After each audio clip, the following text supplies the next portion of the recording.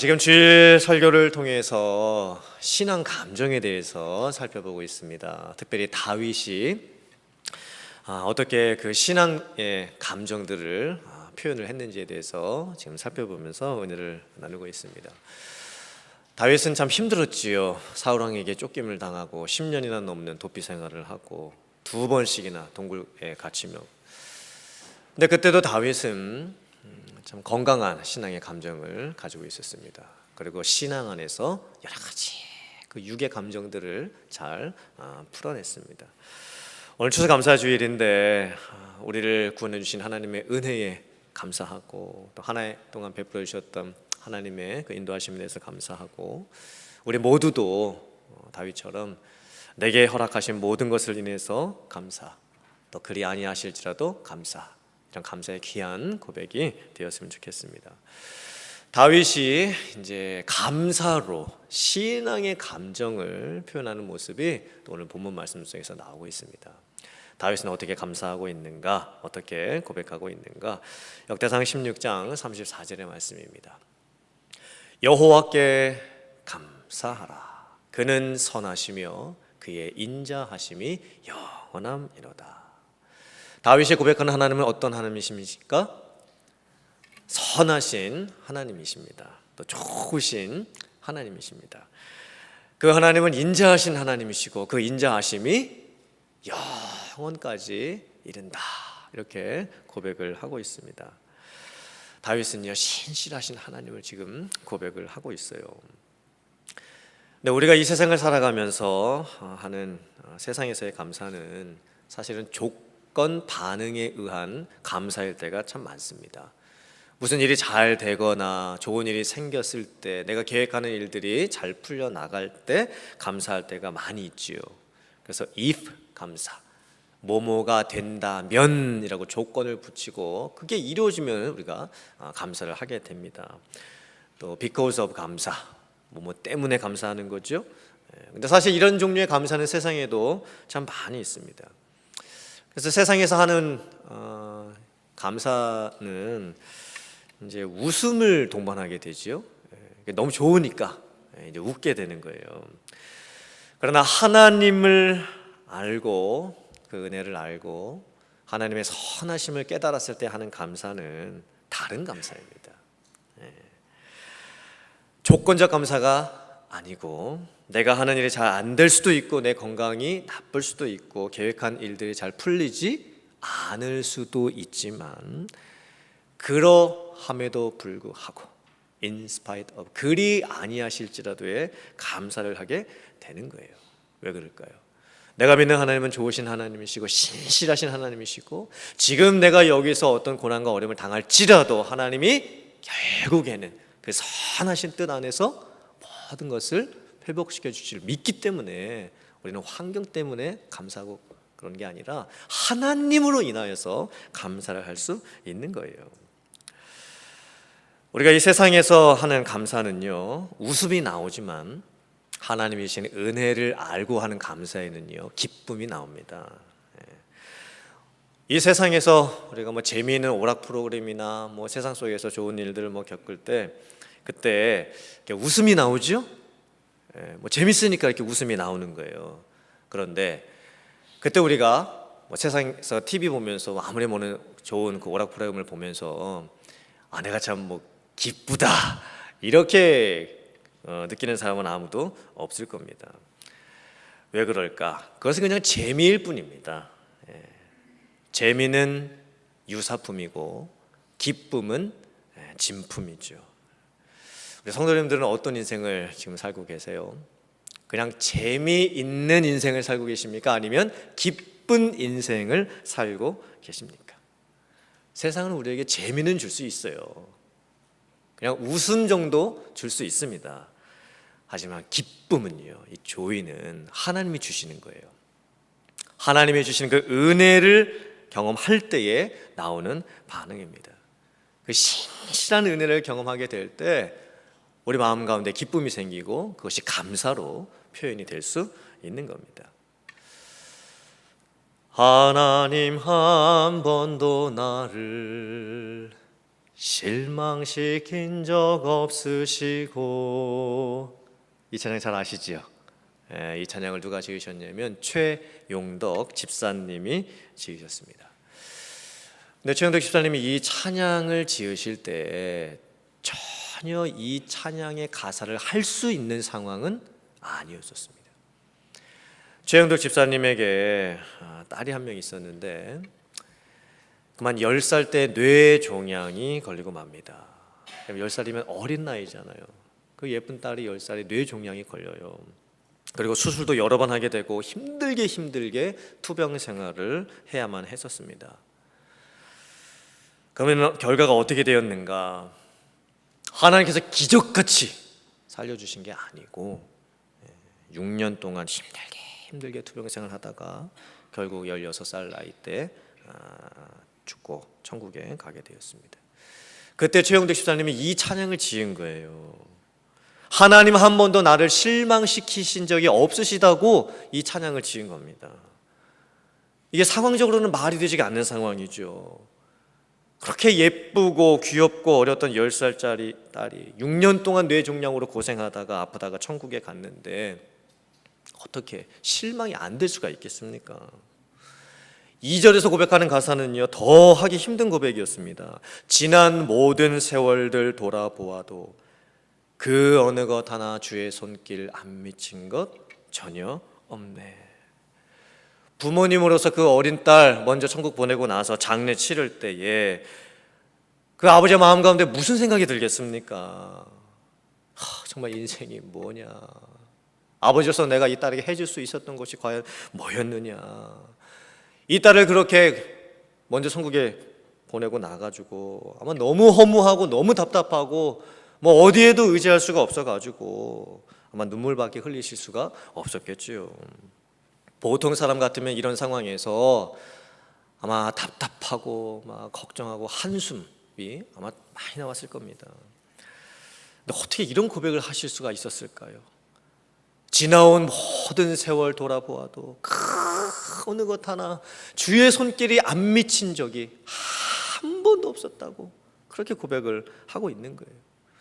아마 최영덕 집사님 본인도 이 찬양을 짓게 되기까지 엄청난 내적인 아픔과 또 갈등과 또 참아내는 인내를 경험해야만 했을 겁니다.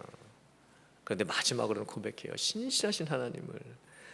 그래서 마지막 부분에 최영덕 집사님이 하나님 앞에서 인생의 결단을 하면서 뭐라고 고백하죠?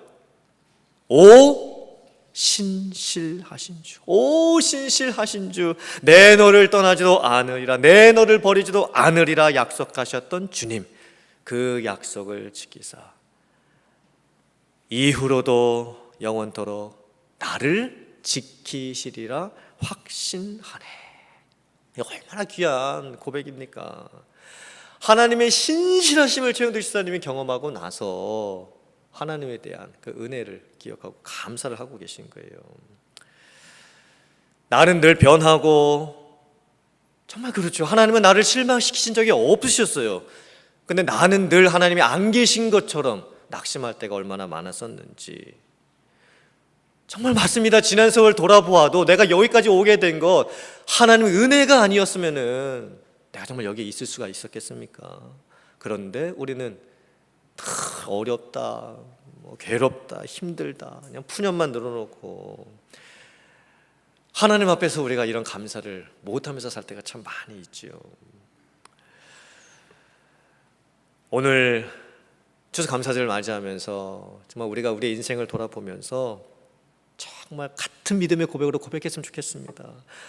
하나님, 한 번도 나를 실망시키신 적 없으시고 언제나 공평과 은혜로 나를 지켜주셨고 지나온 모든 세월들 돌아보아도 그 어느 것 하나 주의 손길 안 미친 것 하나도 없습니다.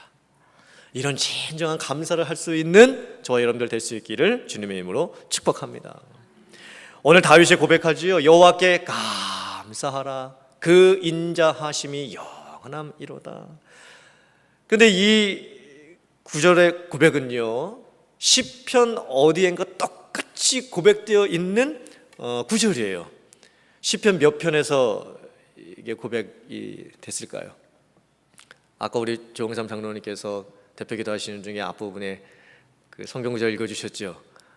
그 시편이 바로 시편 136편의 시편입니다. 이 시편 136편은요 성경에서 감사장이에요. 사랑장은 몇 장 몇 절이죠? 고린도 전서 13장이고 믿음장은 히브리서 11장이고 감사장이 바로 시편 136편이에요. 왜 그런가? 시편 136편이 총 26절로 구성이 되어 있는데 각 절마다 어떻게 되어 있냐면 뭐뭐 하신 이에게 감사하라. 그 인자하심이 영원함이로다. 이게 몇 번 반복돼요? 26번 반복되니까 매 구절마다 어떻게 하신 이에게 감사하라. 그 인자하심이 영원함이로다. 이렇게 고백이 되어 있습니다. 이 시편 136편은 작자 미상으로 되어 있어요. 다윗이 지은 시편이라고 적혀 있지는 않습니다. 그런데 다윗이 오늘 역대 상 16장에서 고백했던 이 고백이 똑같이 시편 136편에 있는 것을 보면 뭔가 연관은 분명히 있지 않을까 그렇게 생각이 듭니다. 이 시편 136편을요 특별히 할렐시라고 합니다. 할렐시. 할렐루야가 뭐죠? 할렐루야? 할렐이라고 했을 때 그 할렐은요 할날 찬양하다라는 뜻이고 할렐루는 뭐예요? 이거는 강조하는 의미 또 복수형의 의미에서 우리 다 같이 찬양합시다 이런 뜻이에요. 그리고 야가 뭡니까? 야훼, 여호와 하나님이신 거예요. 그래서 할렐루야의 의미는 뭐냐면 하나님께 함께 찬양하자 이런 뜻이에요. 그런데 이 할나라의 의미에 더 중요한 의미도 담겨 있어요. 그게 뭐냐면 이게 단순하게 그냥 찬양하는 의미가 아니라 빛나다, 명백하다, 자랑하다 그런 뜻을 가지고 있어요. 그래서 할렐루야의 뜻이 뭐냐면 하나님께서 온 세상 만물을 창조하시고 그 만드신 세상 만물 가운데 하나님의 영광이 비추는 거예요. 드러나는 거예요. 근데 그것을 감출 수가 없어요. 너무나 명백한 거예요. 그래서 모든 피조물들이 소리 높여서 하나님을 자랑하는 거예요. 우리 하나님이 이러신 하나님이시다 라고 자랑하게 되는 것, 그게 바로 할렐루야인 겁니다. 그래서 할렐루야는요 그냥 이렇게 꼿꼿이 이렇게 부를 수가 없는 거예요. 찬양 감사할 수가 없는 거예요. 아까 우리 찬양대가 그 중간중간에 할렐루야 했을 때 여러분들 이 찬양대 몸짓 보셨습니까? 이러시고 이게 바로 할렐루야입니다. 왜냐하면 하나님의 은혜 그 영광을 볼 때에 그게 빛나고 있어요. 감출 수가 없는 거예요. 내가 느껴지는 거예요. 그리고 그 안에서 강조가 되면서 함께 막 이렇게 고백이 되는 거예요. 자랑하고 싶은 거예요. 우리 하나님이 이런 하나님이시라고. 그게 어떻게 이게 꼿꼿이 부를 수가 있겠습니까? 할렐루야는 바로 그런 의미인 거예요. 그냥 있을 수가 없어요. 그래서 오늘 성경 말씀이 역대상 16장의 다윗의 찬양은요 다윗이 언제 지은 이 고백이냐면 다윗이 사울왕에게 쫓겨가지고 10년 도피 생활하고 나서 드디어 이제 그의 나이 30세 때 왕이 됩니다. 그런데 아직 그때까지도요 다윗은 왕이 됐을 때 헤브론에 있었어요. 헤브론에서 7년 동안 이제 왕으로서 다스리고, 그리고 나서 다윗이 여부스 족속으로부터 이 예루살렘 성을 뺏어요. 그래서 거기를 다윗성, 시온성이라고 칭하게 됩니다. 그리고 다윗성으로 시온성으로 하나님의 언약궤를 옮겨오게 돼요. 하나님의 언약궤를 옮겨오고 나서 한 찬양 고백이 바로 역대상 16장의 고백이었어요. 그때 하나님의 언약궤를 가지고 올 때, 하나님의 임재의 상징을 이제 다윗이 있었던 그 다윗성으로 가지고 올 때에 다윗이 그 마음 가운데 은혜와 감사가 얼마나 넘쳤는지 그냥 있을 수 없었습니다. 그래서 다윗이 뭐 하죠? 춤을 춰요. 춤을 추면서 그 안에서 찬양 감사를 합니다. 그래서 아내였던 미갈이 왕이 채통도 지키지 못하고 어떻게 저렇게 남들 앞에서 이렇게 춤을 추고 막 하느냐 그렇게 비난을 하죠. 하지만 다윗은 그런 거 중요하지 않았습니다. 하나님 앞에서 내게 부어지는 그 은혜가 느껴지니까 그냥 있을 수가 없었던 거예요. 그래서 온몸으로 이 역대상 16장 이걸 표현하는 거예요. 할렐루야인 거예요. 진짜 할렐루야인 겁니다. 하나님의 은혜가 너무나 크고 하나님의 능력이 너무나 커서 그것이 온 우주에 빛나고 있고 명백하게 드러나고 있고, 나는 내가 믿는 하나님을 이렇게 자랑하고 싶다. 그게요, 매우 강렬하게 또 열정적으로 함께 고백이 되는 거예요. 이게 바로 할렐루야에 감사했던 겁니다. 다윗은 늘 마음 가운데 하나님의 은혜가 있었어요. 그래서 역대하 17장 16절 말씀을 보면 다윗이 또 이렇게 고백을 합니다. 다윗 왕이 여호와 앞에 들어가 앉아서 이르되, 여호와 하나님이여, 나는 누구이오며 내 집은 무엇이기에 나에게 이에 이르게 하셨나이까. 다윗이 생각하는 거죠. 아무리 생각해보고 또 생각해봐도 정말 나 같은 사람이 어떻게 여기까지 올 수가 있었을까? 이건 정말 하나님의 은혜가 아니고는 있을 수 없는 일이었구나. 이걸 고백하는 거예요. 다윗의 인생을 보면 정말 드라마틱한 인생이었어요. 다윗이 왕으로 기름 받았을 때 다윗은 10대 후반 소년 목동이었습니다. 아무도 집중하지 않는 사람이었습니다. 심지어 다윗의 아버지 이세조타도 사무엘 선지자가 하나님께서 너의 아들 중에서 왕을 삼고자 한다, 아들들 데려오라 했을 때 이 8번째 막내 아들 다윗은 데려오지도 않았어요. 아버지 이새의 눈에도 이 다윗은 미약한 존재였었습니다. 근데 하나님이 중심을 보셨죠. 그 중심을 보시고 왕으로 기름 부음을 부어주셨어요.